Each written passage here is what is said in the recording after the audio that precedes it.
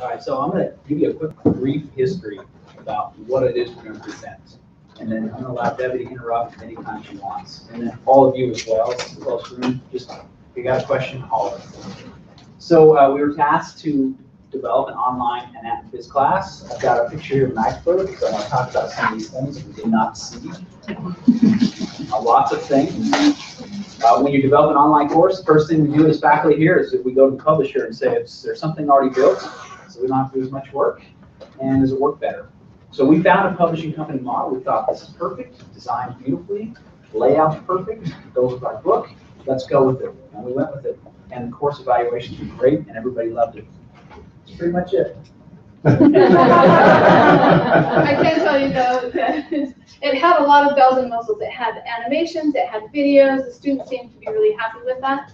But the text had a lot of information, much more so than a 200 level course really should contain. And they tested, the testing was really detailed. So they had to know that book really well. And that was really frustrating to students. In addition, they had we had banks of test questions. There were about 800 test questions in a test bank. And so we really couldn't help them narrow their focus because they were getting 50 random questions. So we pretty much had to tell them, you need to know everything. And that also was really frustrating. So here's the problem we ran into. For the first time in the history of BYU-Idaho, we had a nursing student get kicked out of the program. Just couldn't cut it. And we have a lot of connections around the community, and they were coming to us and saying, hey, I don't know what you guys are doing, but your nursing students are not ready. So that's a little upsetting. That's not a ton, but just a couple, 3 or 4, not enough to make a statistical analysis or decision, but we said, well, who are they? We got some names, we looked at them, they were all online students. I have to be careful how I present this because I'm not accusing anyone online, I'm just saying that that was an interesting trend. So we didn't make any decisions based on that, we just said, let's ask a question. Let's ask a different question. Let's say, what if we give them the same comprehensive exam? Exactly the same as the campus. We're using the same textbook on campus, we're using the same textbook online. What would happen if we took a standardized national test that's given to all the United States? How would our students perform? This FF here stands for face-to-face. This is on campus. There's an N value. When we first did this, 483 students. Here's our online students, 146 students. And we have a major problem. We are nowhere near to the same level. So we enter panic mode. Is this just for anatomy phys or is this for other courses? Just anatomy phys. Just the first 264 of anatomy phys. The 265 data, which is the second half, looks the same, but I don't want to bore too many people with it. Yeah, so this is a big problem. So we immediately go to our online instructors and we say, we need some help. We're not performing. So they come back with a pile of good ideas. We go to the publisher and we say, hey, we want to do this, we want to change that, we want to do this, and the publisher says, our stuff, you can't touch it. Oh, and by the way, we're increasing the price. So here's the problem though. So if you look at the next set of data, this is not on the same axis, just for comparison. The course evaluations were identical. The students loved it. They loved the online course. They liked the campus face-to-face course. And this final data is really interesting. This is the curved scores. Because we were trying to create an equivalent experience, these students were not performing to the level of these students, but we had to curve the scores because we need a certain percentage of A's. So sometimes we would see upwards of 40% curves on online. What that means is a student online that gets an A is actually an F. So that student competing with these same kind of students getting the programs, they're not prepared. So they fail out. And that makes a huge problem for our community and our nursing program. We have a big problem. But because the curve scores, of course you're going to get a course evaluation. They love how it looks, it's fun, designed, all kinds of bells and whistles, and you get a curve score. You get a sweet score. You could fail a test, and you still get a B. We have a big problem at this point. And we can't do anything with it because it's publisher-based material. So our hands are tied. So we make this crucial decision, which we think is going to be a piece of cake, to write our own stuff. That's a whole nother presentation for another time. Almost wanted to slit my throat 3 times, but eventually we got a textbook. Anything to add here? I was just gonna also say that the curve scores really varied between instructors. Every instructor did it differently. One instructor would take the high score and just make it 100. The other one would add 12 points to everybody's score. And so it was getting around that there are certain teachers that curved a little bit better online as well. And we did see an increase in their registration once the names came out. And so we wanted to make that change also. Great. So we took the textbook material from the publisher, we deleted it. And we just said, okay, let's create an online course that we're going to use on campus. So we threw away the campus stuff, we threw away the online stuff, we started typing, creating our own textbook, our own pages, our own figures, our own textbooks, everything. Huge undertaking. But I want to show you this next set of data. So this is winter 2016. Same comprehensive exam. We're still not there. We're about a 5 to 7% lag, but look at the difference. Now here's a problem though. Look at this next slide. Students hate it. and you know, some of our online instructors weren't quite used to it too, which is part of this communication barrier, because I can't communicate this sort of stuff to our online professors. So it's kind of like, oh, by the way, here's a brand new course, have fun with it. It just about destroyed them. I felt so bad, but I don't have one of the problems we have issues is communication.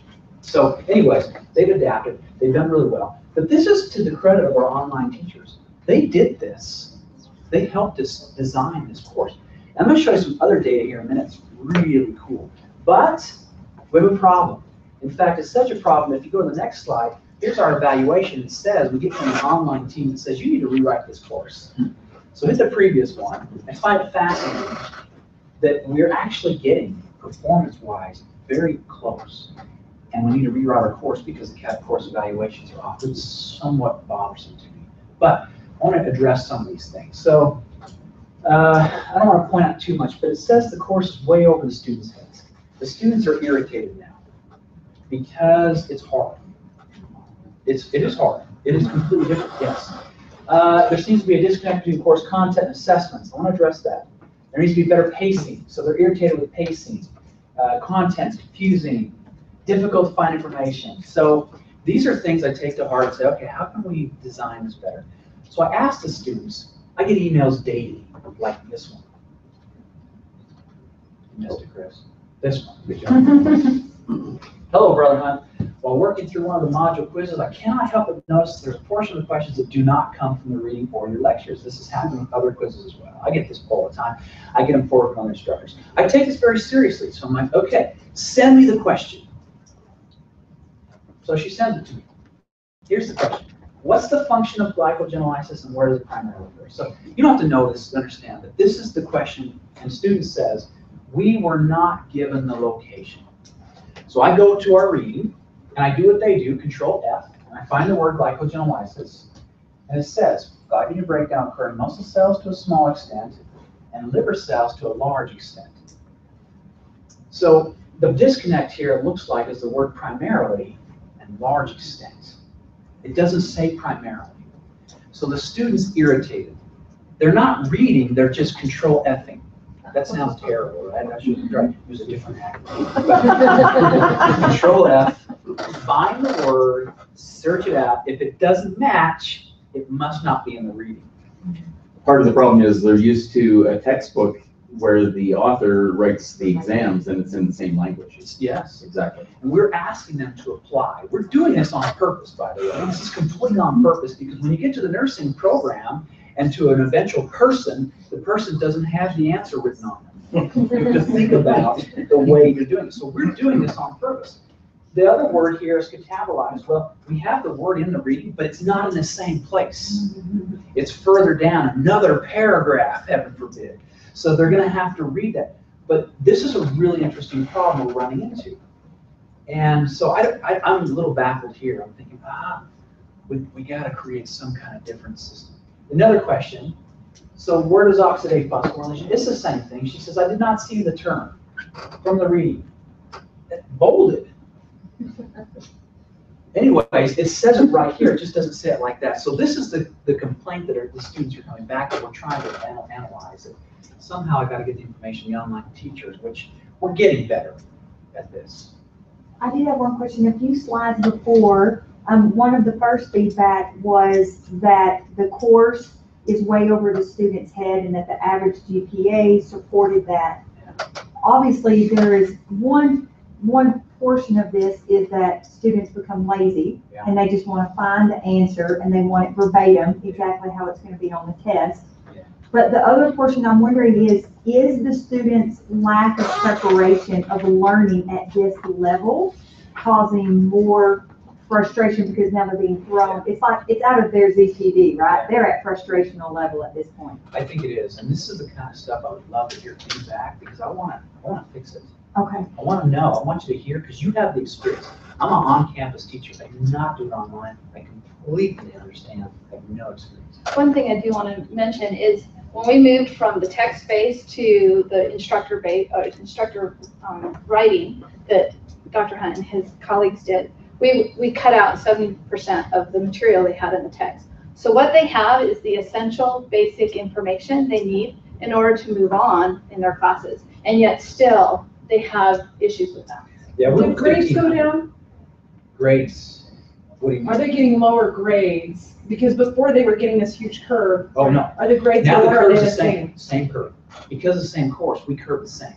So all sections across on campus and online get the same curve. It's So not they're as large. that because their grades are lower. No, and the curve, yes, is lower online than it used to be, but it is the same curve across the board, so it's more standardized.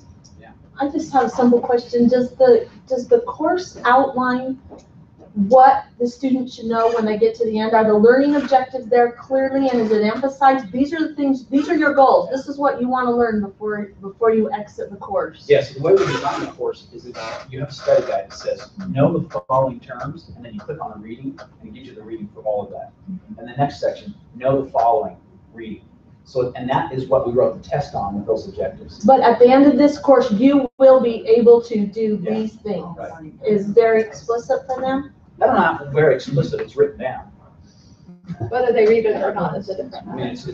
it's organized that way. It doesn't say. Is the course content for the online students strictly text-based, or Yes. is there lecture and video? Lecture and video.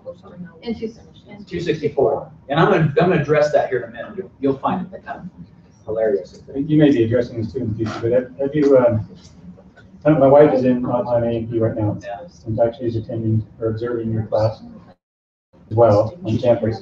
What's that? Yeah, Okay, yeah. yeah, she said to tell you happy anniversary. Yeah, and I hope you get your canoe. Yeah, I think we talked about this quite a bit, because I'm an online development or designer too, so we talked about this experience in this class quite a bit, and one of the disconnects we found is that the campus students have a lot of other support mechanisms that the online students don't have. Right. And that's made all the difference for her. And so I guess my thought would be, what have you considered to provide the same type of support mechanisms for online students? Awesome. That's a question I would like to visit again at the end. Okay. We're very actually interested in your wife.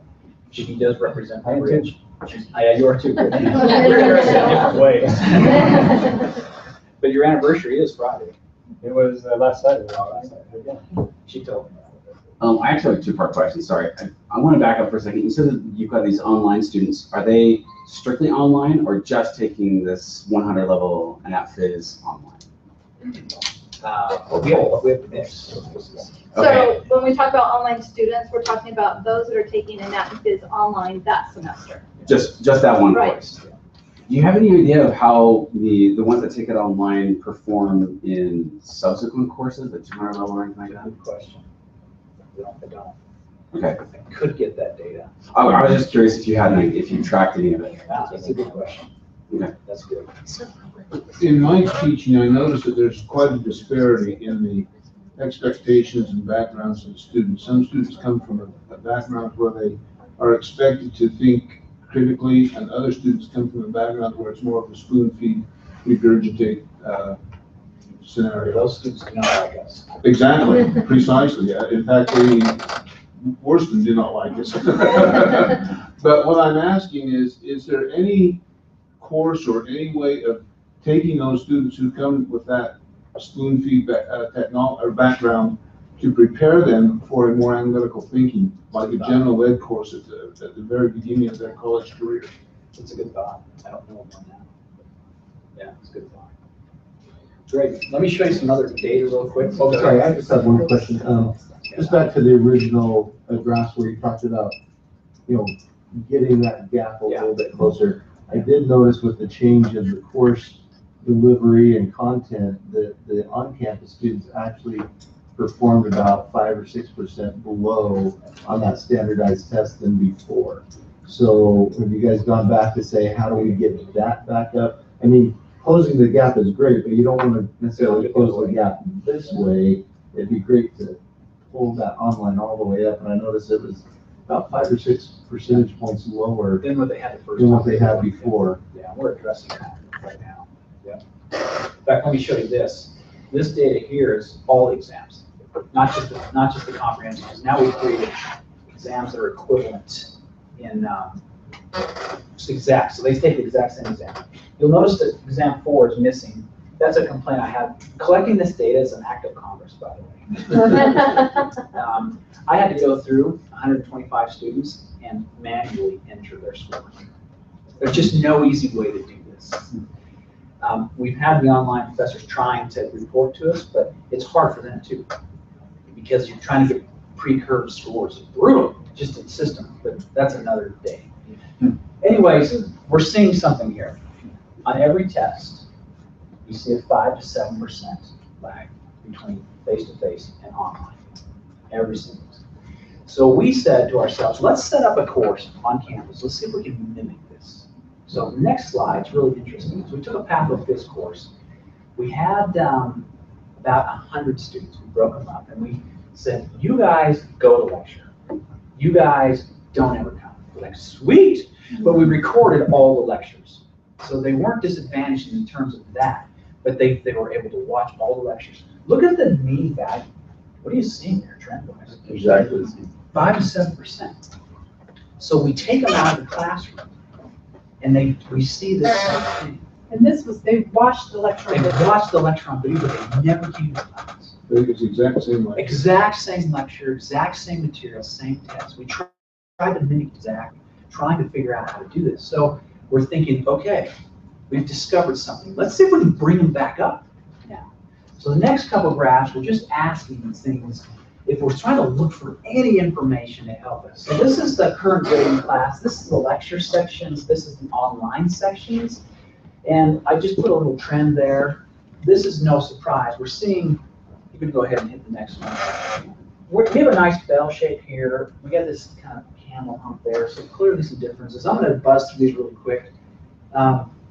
This is interesting. What do you think is important? We're asking the lecture students, what's important for you? The readings are number 2. Look at the online students. They're top as the readings. Well, it makes sense. That's kind of all they have. Next one, how important are the practice questions? Lecture students are campus. I don't face-to-face. Is that the term? I don't know the term. Face-to-face students, they don't really like the practice questions.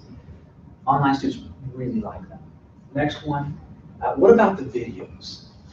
Lecture students hate them. Online students don't really like them either. What would you like us to make more of? Next question. Videos.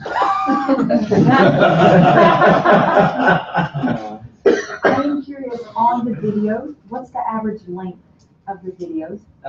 Some of them, we try to do it in 10 minutes, 10 to 12 minutes, so it wouldn't kill them. Because I notice in my day job, after about 7 minutes, they're done. Yeah, that's Especially if it's just listening. Now they have capabilities of it.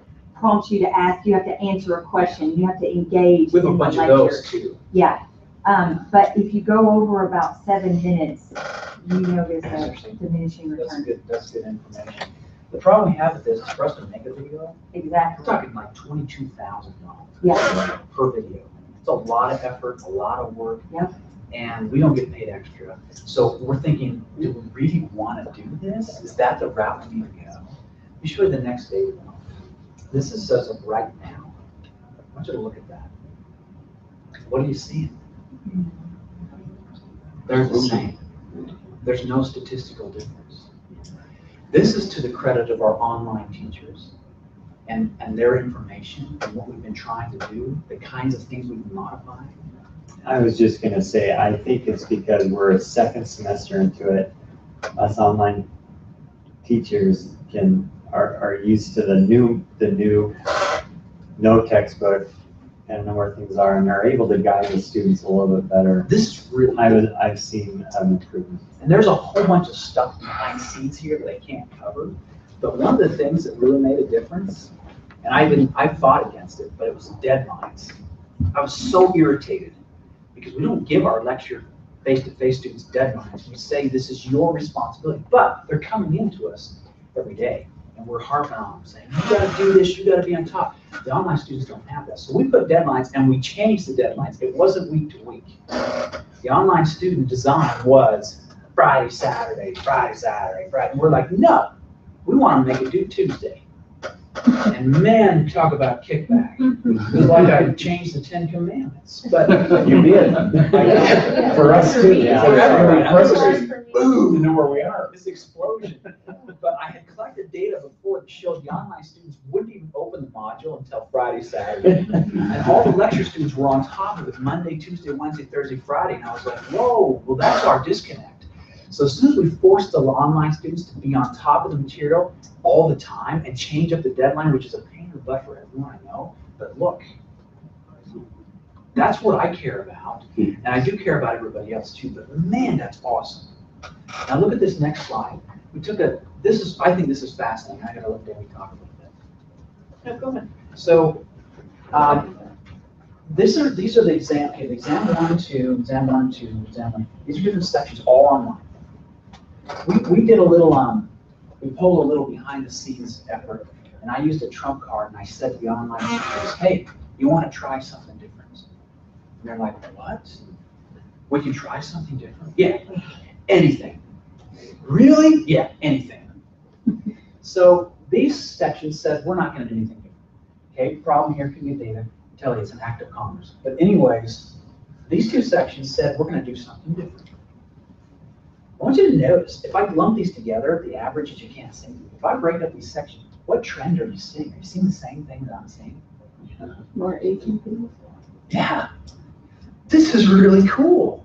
So we went to these online teachers and we said, hey, what are you doing? What did you do? Tell me, what did you do? One of the things, and I don't want to point people out, but one of the things that they just went and contacted the students individually for stuff. And actually, that was his SMART goal for the semester, is he decided he was going to spend more effort, not just send the email, it looks like you're not doing your work, what can I do for you? But really contact and really follow up. And he has spent considerable effort in following those students, taking the time, and helping them find the resources that they personally need in order to succeed. The other one, we gave them an option they could take away. We have notes that the students submit. We have a collaboration board. We call it something different than a discussion board, but a collaboration board, and then they have quizzes to help them throughout the module, throughout the subject matter before they are actually tested, in their lecture exams.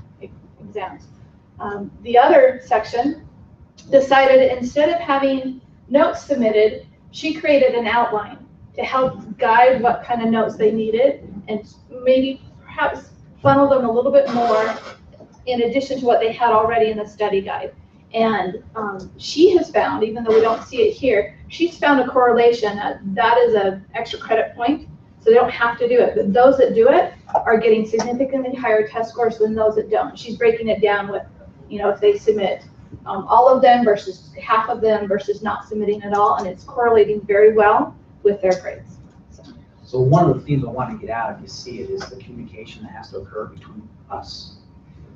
If there's a strong connection between online and campus faculty like this, we can do some amazing things. I mean, we can do some amazing things. This is really cool. Of course, the connection right now is almost super difficult. But this is what we surveyed. So we have, about 800 students per semester on campus. So we asked them some questions. We asked them a bunch of questions every semester about their merit status, lab, credits this semester, everything you can imagine. And we tried to see if there was a correlation between their grade and these things. So we found the ones in yellow. This is what's correlated. So your grade in lab correlates very strongly, there's p-values, with what you're going to get in class. All right. Priority of A and P, how you rank it, high correlation. Where you sit in class, this is something we can't do online. Extra credit, well, of course, definitely. How prepared you are. Gender, GPA, ACTs, can't really affect these, but they are big determining factors of how students do. I'm looking at this, and I'm just seeing for an online class, how prepared and priority are very good predictors of how students will do. That should probably be our emphasis of where we go. How do we increase the prepared level and priority in their minds? You commented that it was the second semester, and I know in the school that I teach for during the day, this was our third year doing it. And man, as teachers, by then we knew what to anticipate that students were going to struggle with. And so at the outset of the class, we created help, guides, tutorials of when you get to this unit, these are the things that you're going to. And because we got better as instructors at anticipating beforehand what the students were going to need help with, we were better able to prepare them all along the way. Awesome. I will say too that what we call our new version of anatomy and physiology is much more teacher-student interactive than it used to be. We have collaboration boards, which we didn't have before. We have an opportunity to give feedback when they submit their notes, which we didn't before. And we have that opportunity to also help them a little bit better because we're not relying on a published content that we can't change and that we can't really do anything about. And so we receive feedback from students. Well, I didn't read about, Dalton's Law or this and this and this. And so we take that to the campus faculty and say, they didn't get this part, and they can actually rewrite and have entered in a couple extra paragraphs for the next semester. So it's an amazing content because it can still be controlled and involved and made relevant when new things come about. And that's one of the advantages of what like I said, this is our third semester now, or fourth semester in the new version. And I think as we continue on, we're going to see that gap continue to close. We would like the online faculty to feel like they have the same editing rights. Because everyone's coming with different expertise. We're saying, hey, you don't like a section, rewrite it. Well, and the fact that you have that autonomy, I mean, how many, usually when you deal with online, so often it's kind of canned, and you have so many restraints about, there's nothing I can do about that. We don't But like the that. fact that you can. We want freedom for everyone. And I will say this too, we are really fortunate because we have an OCL who values our opinions and listens to what we have to say. And so in biology, we have this great collaborative effort. I know that I feel just as valued when I talk with them on campus that they probably feel amongst themselves. And that generated this type of community and collaboration that I don't think we necessarily see in other areas. But we've been really fortunate as online instructors that they listen to us and modify. And like I said, once again, allow each individual section could have experimented if they wanted to with one aspect. So we could try to see if they found something better than what we originally set up. Yeah, we're going to adapt. So, and this is a little scary, this next stuff. So this is what the faculty think we need. And it doesn't always match with what the students feel. And this is a scary thing. So we just kind of slide the bar, what's useful. So strict schedules with clear due dates, flexibility, they like that, that's fine. Virtual office hours for students to call in, that's a fascinating, no one cares about that. But that's an online thing, it's in every online course, and I'm always curious to say, well, why? If the faculty hate it and the students don't use it, why is it there? Adobe Connect, answering email questions and concerns, look at that. So this is telling me, this is really interesting to the faculty. One more slide. Let's see, the one I found fascinating is, maybe it's not on this one, but the faculty, yeah, there it is. Okay, lecture videos. Guess who wants more lecture videos? Faculty. Guess who doesn't want more lecture videos? Students. So this is a problem because as faculty, a lot of times I think this is going to work. I'm going to do this. There's a ton of time and effort and money, and the students don't want it. So another objective I want to accomplish today is to show you that this is what evidence-based learning is. is we don't just make decisions because it sounds good or this is gonna work. I'm okay with that, and I'll visit any suggestion. I just have one caveat. Show me the data. Show me it works. If it works, we'll all do it. And this is a hard thing with like the change environment. It's a hard thing to report data when your class didn't do very good. We have the same problem on campus. So I have to go in and secretly grab it because I'm not interested, I don't care. But I want the data to see if we're improving. It's a hard thing. We gotta create a culture where it's okay. It's okay to fail. If you say, I'm gonna try something and the class tanks, we don't want that. But we learned something. But we're okay with it, and we're not gonna fire anybody. I'm not joking. But I want to create this kind of environment. It's very, and this, I think we can go a long ways if we'll just collaborate like this. And I will say, I took a look at our mid-course feedback for A&P classes because I'm the teaching group leader for biology, so I had the opportunity to do that. And those scores are up. It's interesting. There's still a little slight difference, but we have 1 and 264, and most of this data is 264, which is the first semester of a year-long course, and then our second semester is 265. We have 1 in each in pilot, and now there are 3 right now. And I would expect that that course, because we've had a little bit of issue with the transition, that those would be lower scores, and they're not. They actually are showing, as far as the student concerns, the overall score report of the course, not the instructor. They're actually improving. So I think what we saw earlier with that low course evaluations, once they get used to the idea that we're not going to spoon feed them anymore, that they are going to have to learn and apply, not just from the first semester, but the second semester, they have to remember some of that first semester stuff. And as instructors, as we help guide them and help them understand, this is application based. In fact, half their test questions are what we call advanced knowledge and quiz questions, and they're application based to the systems that we're studying. And once they understand that, I think they're going to, it's the idea that they will rise to those expectations. Students will do so if they understand that they have to learn to learn. And I think as we are teaching them that, they are coming up to those standards. And an A is an A. Right. So if you get an A online, it's an A. Anyone who wants to call and challenge will say it's an A. Based on BYU-Idaho, it's an A. It's not been modified, twisted, turned. That's a huge benefit. The other huge benefit is that we didn't have this before either, is that the exams are all the same. So because we were using the publisher, they were on campus already using their own content. We were using a whole different exam than they were. Now everyone gets the same exam. We can really see this data. It really is the equivalent. It's not, apples and pears, so to speak. So I didn't notice when you had the charts up, but so when you made them the same, did the campus stay at the same level it was, or did it go down? Or? Well, go back a few slides and I'll address that one. Keep going. Keep going. One more graph. Okay, so this average here, very tight. We're about 7%. Before, with the publisher, we're 7%. So we've dropped a little bit here using our own stuff. And we're not addressing that right now because the exam, we went from 1,500 pages of the textbook down to 320. So I think there's stuff on the test that our students have never seen. But we took a variety of different exams and tests and objectives. And we tried to say what really matters. We talked to our nursing department, what really matters, which is another really neat thing because they said our students don't understand acid base. They don't understand IVs. So we said they're going to now. So we created our own section on IVs. Now the standardized test doesn't ask that question. So we're running into some issues there. But yeah, we're still above the national average. But before we were quite above. Now we're just at the national average with our own stuff, but that's standardized test.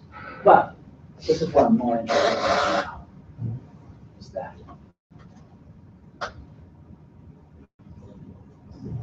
Any other questions or comments? Job. Cool. What a word. And it will continue to be. It will continue to be. It's evolving. As a constant effort. But, the new faculty coming on, they're like seeing the vision. I got faculty now that just want to do stuff. Can I write this? Yeah. We would love our online faculty to feel the same way. Can I write this? Yeah. You can. In fact, you can take the whole thing. So you found a lot of correlations and you made some changes in the past. What does the next year look like for you? Well, one thing I'm gonna do, actually, so I was a control for 265 this semester. Next semester, I'm going to do a mandatory meeting, but I'm gonna do it a little differently than we typically see, one meeting per module. I'm gonna do a series of little meetings that they'll have to attend or watch later, so I'll record it and connect or do a screencast or something to that effect, depending, because I do want them to be shorter and see how well they do compared to, the control next semester. So that's one thing that we are changing, and that's one of the beauties of this is that's something that I was thinking about. And Jason is the OCL. Of course, we route everything through him to make sure he's okay with it, but he's very open to that kind of suggestion and modification. I will say, because we have a couple of instructors here, Tanya this semester is experimenting with having more of an interactive collaboration board where they teach each other, really taking on that, teach one another aspect. And so she's developed this great rubric of showing how they have to interact together in order to get their points. And we're checking to see, is that making a difference over the semester? And so we're checking that data. Rob down here also teaches 265, and he is having a mandatory meeting. From my understanding, is it once a week? Once a week. Sometimes the modules go 10 days, sometimes they're 3 days. And that's what I can't figure out. Yeah. So, I would just really help you. but, Or at least give us a schedule. Yeah, so. so, we'll see if those changes, are made. Alan teaches 264 and he was pretty happy with the course. So he hasn't made any changes, but he's also another instructor that really works on contacting the struggling students and spends extra time doing that. So I made 157 corrections this semester so far. Great guy, thanks, Jason. So, and that's okay, that's what we're doing. So we put 20 new pictures in, we created new accessory material. We're gonna keep doing that for a while. We're listening to students like the wife especially, who she's transitioning, she's able to come to the course online and listen. And we're listening, we want her comments. And so what's our plan? Well, right now, we're just still fixing, correcting, tweaking. I'd like to get to the stage where it's running, everything seems to be consistent. Now, let's address bigger problems. And how far have you gotten in any conversations about other support mechanisms like the okay, well, we have collaboration board sort of online isn't really the same as a steady lecture that you do on campus, right? So on campus, because of all our sections became the same, we now have an online, let's see, what is it, tutoring, we meet 5 days a week, from 5 to 7 at night. We have rooms reserved, we're the biggest provider of that on campus. There's hundreds of students that come, and it's just tutoring among students. Okay. And we have the capability, we're getting close, where we have Adobe Connect, where we're going to open it up and let online students come. We're going to tell them, look, there's 2 hours of free tutoring. We have online tutors down, they're exactly the same as campus tutors because it's the same material. So we have campus students come, they can tutor all online. So the tutoring center is now open to all online students. Our lab space is open to online students. Because all of us teach the same thing, we'll respond emails to online students as well as faculty students. We're treating everybody the same. I've had emails from online students to me asking questions. Fine, I'll respond. My students go to somebody else if I'm not there. So we're gradually trying to get those resources. The thing we can't quite get is this face-to-face. I don't know how we're going to do that. That's the problem. That's a huge problem. How many sections do you have? I have online and online. We probably have 6 online, just of 264 and then 3 of 265. With 8 campus sections with 160 students each. We have 50 students. And the same with 265. So we have about 1,500 students on campus that we run through here. And then about 300 or 400 online. And it's continuing, of course, too. And of course, this is a smaller semester. We'll see more sections in both winter and fall. Fall's probably. So Jason, when do you see the Adobe Connect tutoring being available? It's available right now. Right now? We just don't. So I didn't know about that. Yeah, we just got to figure out how to do it. Right. It's available right now. I just need someone to push it. Okay, because that'd be a great link Yeah, for us. Because I had a student just the other day ask for this very thing. That's what we need to hear. I didn't know what the demand was, but we have the capability right now to do it. We can pipe them in.